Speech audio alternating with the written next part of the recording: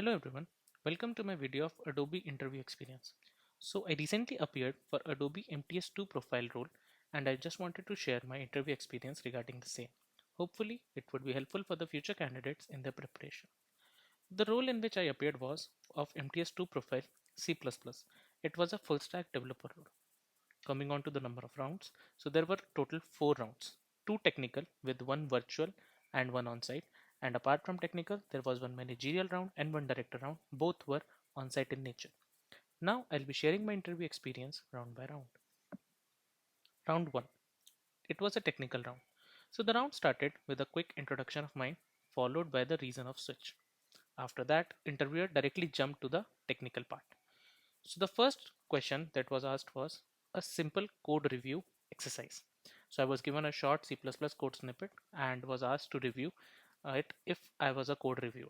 So the code was of the form something like we have a function f and it was taking an argument, let's say int a, and this function was doing a couple of things, and then it was returning let's say 2 into a, for instance. And now this function was getting called in the main something like f20. Like I don't remember the exact code, but this was mostly very simple one. So in this I was asked to give feedback because as in our job role we have to review certain PRs etc on a daily basis. So my first suggestion as a code reviewer was to give a meaningful name to the function because this f doesn't seem to be much appropriate. Then also I gave a couple of other feedbacks, like in case if we are not making any change to a here the or anywhere inside the function, then we can make it as a const. So in that case it would be easier for someone else to see that okay, in this function this particular variable a is not being altered. And also it was just given as a reference, like a normal suggestion, that in case we want to pass this as a reference in case we are not altering it at all, and the function behavior is such that it expects this value to not be changed. The interviewer appreciated the feedback and then he moved on to the conceptual questions. So the next question that was asked were on the lines of more concept based. So one of the question was difference between a struct and a class. So what I did was I basically created a simple table on my copy, and one side I wrote struct, other side class, and I just jot down some basic differences. Like in this case, all the member methods and member variables are by default public. In this, the by default those are private. These are generally used when we don't have uh, custom member methods generally, like in the case of if let's say I have a tree and in that tree I want a node. So in that node it has to have a left children, a right children. So in that case I might use struct. Whereas if the scenario is something like I have member methods, some getters, member methods, getters, comma setters, then in that case class would be preferred. So yeah, this was also expected by the interviewer, some basic differences and nothing in much deep. There were a couple of few questions uh, as a follow-up for this, like for instance what would happen if you would inherit a struct in a class, is it possible or not, so on and so forth, and in which scenarios you would prefer one over the other. Now another question that was asked on the similar lines was what is runtime polymorphism. So this question personally I've faced it in many companies. Like I have given the interview of AMD, Qualcomm, and in almost all my interview, one round on the another, I have faced this particular question. So for this question, there were a couple of expectations. So one was explaining what is runtime polymorphism. So that I explained very briefly. Like for instance, a base class B is equal to new derived, that is a base class pointer is pointing to a derived object, and how it is achieved internally. So whenever we declare a particular function as virtual, uh, so basically in runtime polymorphism we have a concept of virtual table, and virtual pointers. So all this was expected by the interviewer, and it was also asked with a couple of follow-up questions like would there be any change in the size of the object if we would be having a virtual function inside it, so on and so forth. So yeah, this was another question that was asked. Now the next question that was asked was basically a coding problem. So in this there was, let's say, a novel with pages, and in each page the text is written line by line. Now the requirement was to write a function that prints last X lines of the page. So let's say each page takes, for instance, n lines, and those lines can be of different sizes, and different number of characters can be present in the line, and reading each line takes 1 second irrespective of the size. Now the page text that was given as an input was basically a single string with backslash n as delimiters. This backslash n denoting that okay, the new line has been started, not as a vector of strings. This was an important detail. So if I explain the question, so assume this is the page of a novel, and in this the text is written, let's say ABC, then DE, then let's say XYZ, and let's say QRTQ, something like this. So here you see that all these are of different length and there are number of lines. Okay, so now in this case we can see that n is equal to 4, and let's say for example x is equal to 2. So in that case I have to print basically these two lines. Okay, now the first approach that came into my mind was very basic.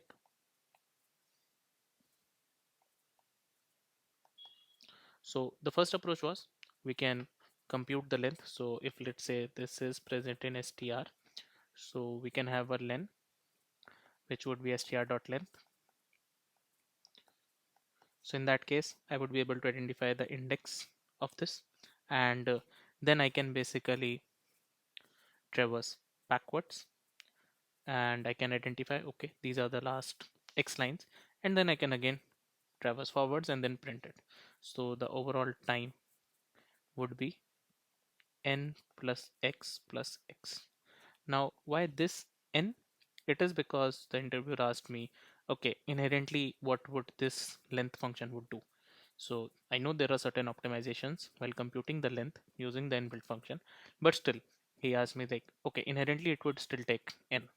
So that means we have a better way to solve this problem without using this length function, and the time for that approach should be less than this particular time. So the next approach that came into my mind was basically the more optimal one, and I think that was expected also. So optimal approach was basically a two pointer approach. Now how the two pointer would work, let me see, just a second.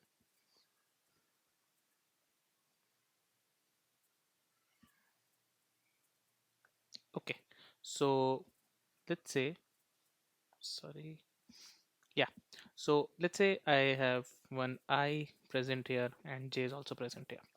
Now at first what I would do is I would move this J to X lines. So which in this case is 2. So let's say I move this J from here to here. So that means two lines are covered. Now what I will do is I will move both I and J simultaneously until the point where J reaches the end. Now, in that case, what would happen is when J would be at the end, I would be somewhere here and J would be somewhere here. Now, I'll start then printing from I because that would be my answer. So the overall time complexity in that if you'll see, since J has traveled from 0 to n lines, so that would be n plus. This I has then after J reaches the end has also traversed X lines, so that would be X. So this is basically the reduced and the optimal solution. So the overall time that would be required to print the last X lines would be n plus X. Now let's start with round 2. So this round was also a core technical round with DSA and data structures. So after a brief greeting, the interviewer jumped straight to DSA. So the first question that was asked was generate balance parenthesis. So if we have a given number n, then we have to generate all the combinations of the well performed parenthesis. Like for instance, if let's say n is equal to 2, then in that case the parenthesis can be of this type or this type, something like this. So this is a standard classic lead code problem. So first I explained the recursive approach plus backtracking approach, and the approach was discussed in the whiteboard first because it was an on-site round, and then wrote the pseudocode, discussed the complexity. Post discussion, I then implemented it on a hacker rank and verified all the test cases, those run successfully. So after the implementation, we also discussed the time and the space complexity of the approach. Now the second question that was asked in the same round was of stream of integers, that is count smaller number of elements so far. So the question was something like, let's say I have given this stream of integers this stream of integers, and now at any instant I have to query like what are the number of smaller elements smaller than the particular given number. Like for instance, if the stream has come up to this point, then in that case, if the number x is given to be for instance 14, then in that case the answer would be 0 because 18 and 13 both are larger than it. If let's say x is given as 22, then in that case the answer would be 1 because 18 is smaller than the number which was given to me. So this was the problem, and so basically for each number we can query how many previously inserted elements are smaller than this. So the first solution that I proposed was ordered multiset in order to efficiently query the number of smaller elements. As in the ordered multiset, we can use binary search or order of key operations. So now why multiset? Because in the discussion, it was discussed that the elements can basically be repeated. So like for instance 18 33 14 4, then another element can also be 18, then again maybe 23, and after 23 let's say 33. So in order to handle this particular situation, like if we are at this position in the stream and the number that is given to me is 19, then in that case I have to consider this both 18 as separate, so those would be separate counts. So in order to handle that, I preferred multi-set. However, I was then asked to avoid using STL containers and to think about a manual implementation. So, taking the inspiration from the internal implementation of set and multi-set, so I suggested that we can have a balanced binary search tree, and it can be conceptually like an AVL tree or a red-black tree, where each node maintained a count of the left subtree elements, and using this, basically, we could compute the number of smaller elements in order of log n per query. So then we went ahead with the implementation, and I won't be discussing the implementation in this video. And if you want me to discuss it, please feel free to mention it in the comments. I'll create a separate video for this. But yeah, so the interview mentioned that I could assume the balancing logic and focus on insertion and querying logic. We discussed about handling the duplicate elements, some edge cases, modifications, and other follow-up questions like how the complexity can be improved, what would be the time complexity for different cases. If let's say the stream of integers is strictly descending order or strictly ascending order, then what all would be the situations, so on and so forth. Now let's start with round 3. So this was a managerial round in which system design and DSA was discussed. So although it was purely managerial, but it had a strong mix of problem solving and design. So the round was started with a casual introduction of mine and the discussion around my current project, uh, my work discussion, like what all work I am doing in my current organization. So one thing was picked from my resume, like I mentioned performance optimization. So questions were asked on this, like what was the previous approach that was followed, what changes did I make to improve the performance, and what are the best design practices that was followed in my current organization, like during my work, basically. So I explained before and after scenarios with metrics, and how certain design principles like design patterns, basically like singleton and all those are followed, strategy design pattern, singleton, etc., are followed for the code improvement. So after this brief discussion, we moved forward towards the DSA part. So the first question that was asked was a coin change problem with infinite supply. So this is a classic recursion and DP problem. So the question was that given coin denominations and a target sum, find the minimum number of coins that are needed to reach a particular target. And we have to return -1 if it's not possible. And we know that we have infinite supply of coins. So this is a lead code problem. And if I explain this, so basically coin was in the form of array. So let's say we have denominations of 5, 10, 3, and 7. Now this means that I have infinite supply of 5 rupee coin, 10 rupee coin, 3 rupee coin, and 7 rupee coin. And let's say we have a target sum of target is equal to 11, let's say, or we can have a target sum of, let's say, 13 to make it a bit simpler. So if I have a target of 13, so in that case, the output, there can be multiple outputs, like there can be 7, 3, 3. So this would be also 13, or we can have 10, 3. So this will be 13 as well. So in this case, that the minimum number of coins that would be required would be equal to 2.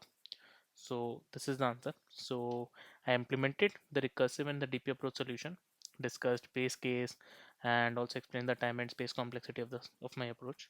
So after this discussion, we moved on to the second question, which was a variation of the coin change. So similar to the previous problem, but now each coin can be used only once.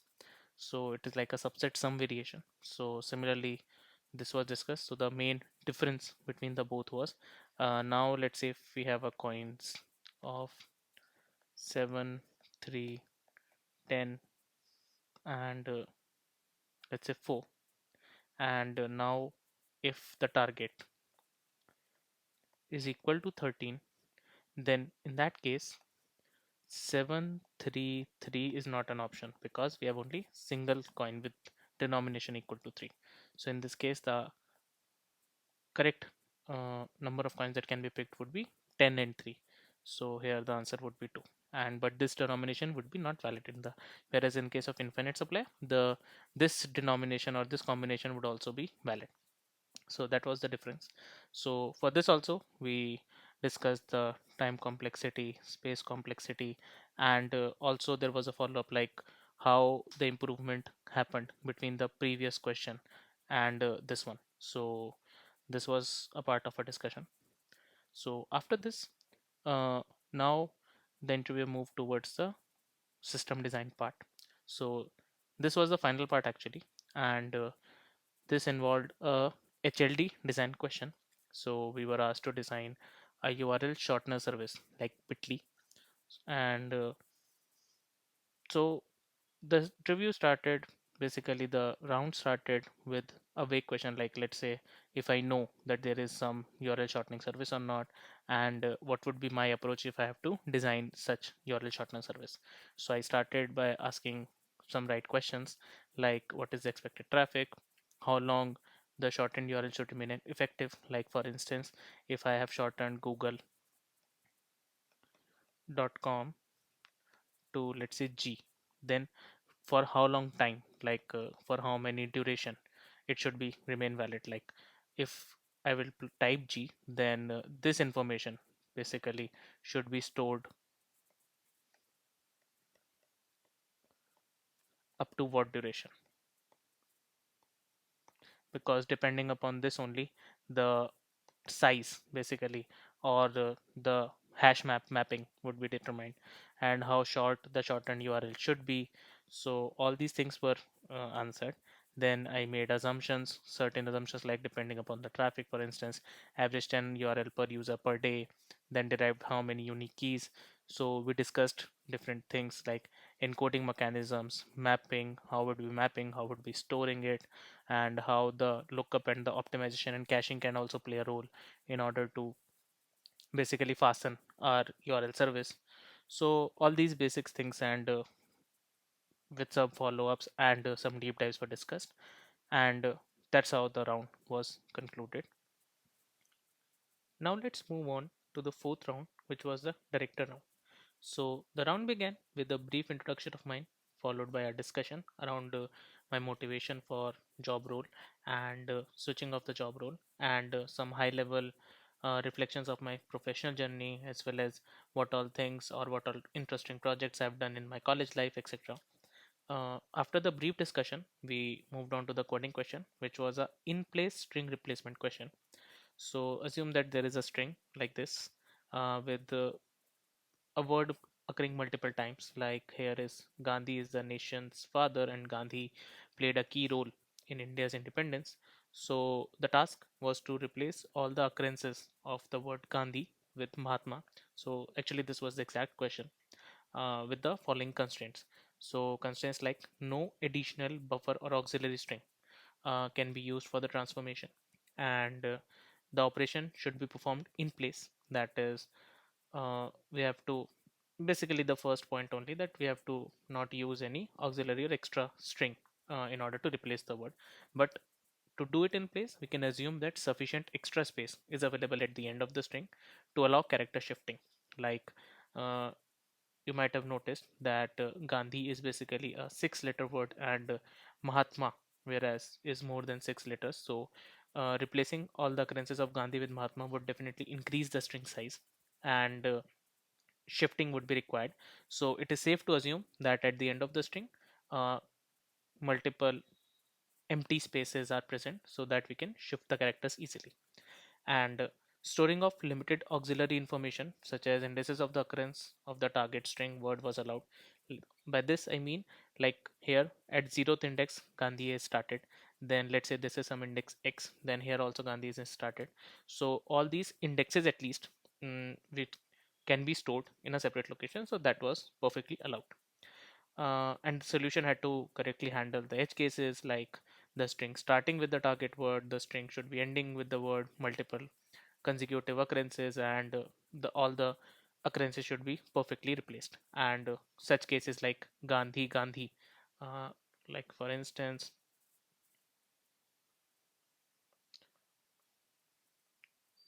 Gandhi should be perfectly replaced by Mahatma. Mahatma. Okay. So the discussion of the approach was went through like that. Like we can have a first pass to identify and record the position of all the occurrences of the target word. Like I mentioned, it can be stored and it was allowed. Then an in-place expansion of the string to accommodate the longer replacement word, and a backward traversal strategy to safely shift.